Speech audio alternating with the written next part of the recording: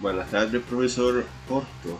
Mi nombre es Mario Julio y junto a mis compañeros Andrés Rubiano y Jessy Dávila, le venimos a exponer en nuestro proyecto el tercer corte para pensamiento numérico, el cual es el análisis de la corriente de un inductor en el tiempo en circuitos RL. Vamos a comenzar con la introducción. Más o menos vendría siendo de que las técnicas de integración a partir de los métodos numéricos pues tienen distintas aplicaciones debido a que algunas veces el proceso de la integral no siempre puede ser sencillo a partir de una función definida. Algunas veces cuando uno se va a encontrar en contextos cotidianos pues es bastante difícil modelar una función que pueda encajar con el contexto en el que uno se encuentra. Por eso estas técnicas de tanto de integración como de diferenciación, que también se encuentra pues en el libro, son bastante útiles en este tipo de contextos. Esta vez pues utilizaremos el tema de circuitos RL para explicar uno de los ejemplos de estas técnicas de integración dentro de los métodos numéricos. Primeramente se abordará la aplicación de los métodos numéricos para la integración, para explicar el comportamiento de la corriente a través de un inductor en el tiempo dentro de circuitos RL.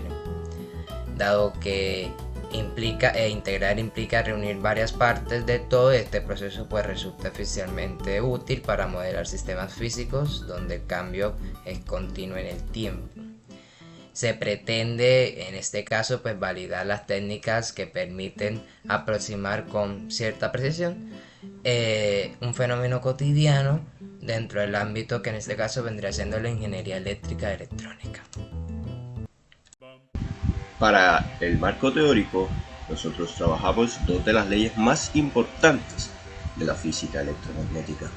Tendríamos, como lo vemos en imágenes, que trabajamos la ley de Faraday, que es la que nos dice que un campo electromagnético variable genera una FEM o fuerza electromotriz en un circuito cerrado. Y también hemos trabajado la ley de Lenz, que es la que se relaciona directamente con la ley de Faraday, ya que es esta la que nos dice que la FEM, además de ser proporcional a la rapidez con la que cambia el flujo magnético, se opone al cambio que lo originó. Esta posición es la que permite la conservación de energía en un circuito electromagnético. ¿Por qué?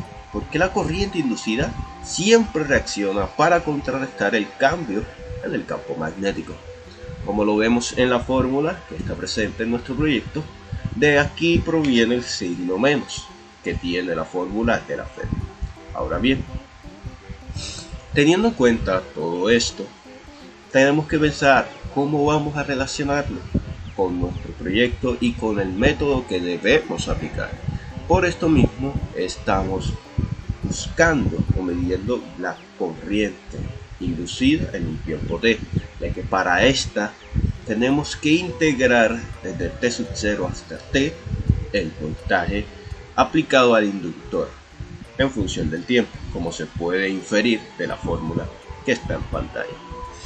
Este sería el marco teórico que hemos trabajado para completar satisfactoriamente nuestro proyecto.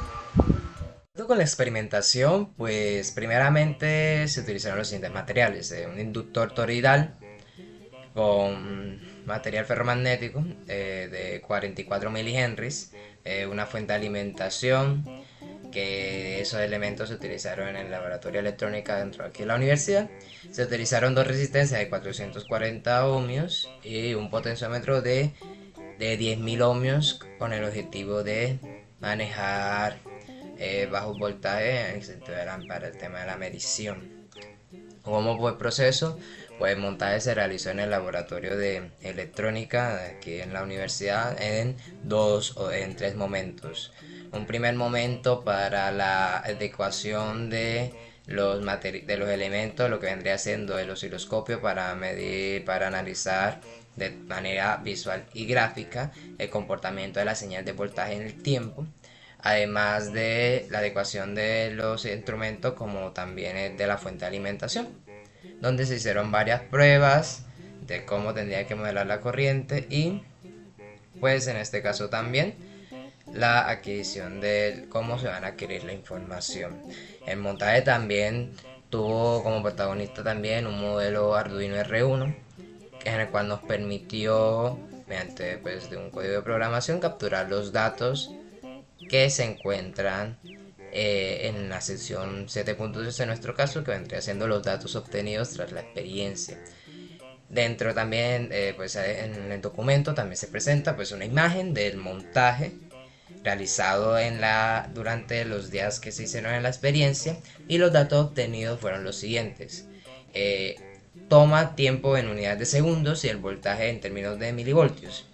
Se tomaron 31 tomas en varias sesiones. Se tomó la más fiable, por así decirlo, del voltaje en el tiempo y se registraron pues en el documento. Con los datos obtenidos realizamos una gráfica de voltaje versus tiempo en el espacio R2. Para los scripts de las integrales utilizamos la aplicación Google Colab, que nos permitía trabajar en el lenguaje de programación Python. En esto utilizamos las librerías matplotlib.pyplot, numpy y sciespice.integrate. Con los datos obtenidos los pasamos a una matriz de 2 columnas y 31 filas utilizando la librería numpy con la función np.load. Luego realizamos la gráfica utilizando la librería matplotlib. Para la integración con el método del trapecio con segmentos múltiples utilizamos la librería sciespice.integrate con la función trapezoid y cada columna de la matriz.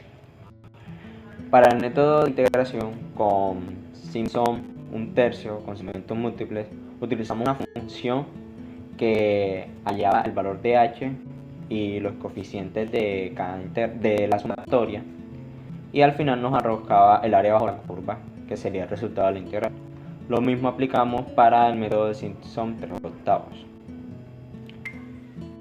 Para la reducción de los datos se utilizó un código en Python que elimina los datos de manera equiespacial, para así mantener la representatividad del conjunto, dando como resultado los siguientes datos. Los datos los volvimos a agregar en otra matriz y con esto trabajamos en los 3 códigos antes mencionados para obtener los resultados de las integrales por los diferentes métodos. Para el análisis de los resultados respondimos las siguientes preguntas. ¿Qué tanto se afectaron los resultados de las integrales? Para esto calculamos la media de los resultados de las integrales con el primer banco de datos y el segundo y encontramos que hay una diferencia no mayor al 1% entre estos, es decir que los datos fueron bastante cercanos utilizando estos métodos a pesar de la reducción que se hizo. ¿Cree usted que los resultados se pueden generalizar para todas las integrales numéricas? Según la Universidad BTU, en funciones continuas y suaves la integración numérica tiende a ser menos precisa, incluso utilizando menos datos.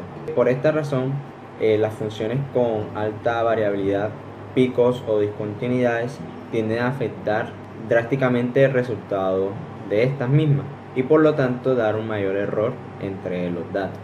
¿Qué determina el porcentaje de afectación de los resultados de las integrales respecto al conjunto de datos originales? Hay varias razones.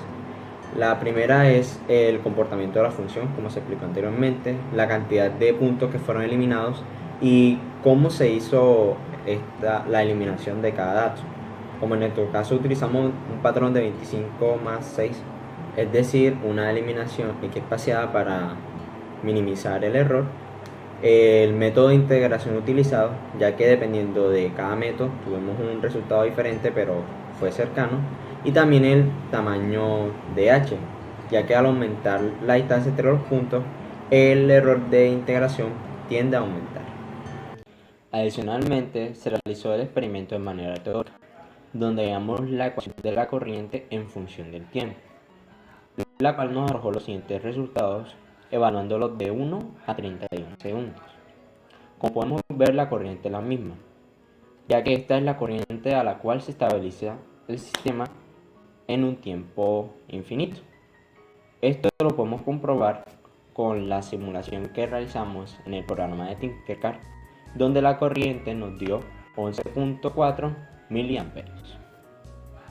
Esto resultó exitoso, ya que el modelo del trapecio demostró ser el más estable ante la reducción, una variación insignificante. Simpson, un tercio, aunque fue muy preciso con datos completos, fue el más sensible cuando se produjo la reducción, debido a su dependencia de la secuencia alternada que estaba siguiendo. Por otra parte, Simpson 3/8 se comportó de manera intermedia, mantuvo un buen balance entre precisión y tolerancia a la reducción. Fue el punto medio entre los tres métodos que se usaron. La reducción de datos en sí no compromete significativamente la estimación del área, lo que indicó que la muestra digital es representativa y que los métodos utilizados son robustos. Esto nos permite concluir que en contextos en donde se requiera la simplificación del conjunto de datos, es posible aplicar técnicas de reducción planificadas sin afectar de forma relevante los resultados obtenidos mediante la integración numérica. Y este fue nuestro proyecto. Muchas gracias, profesor.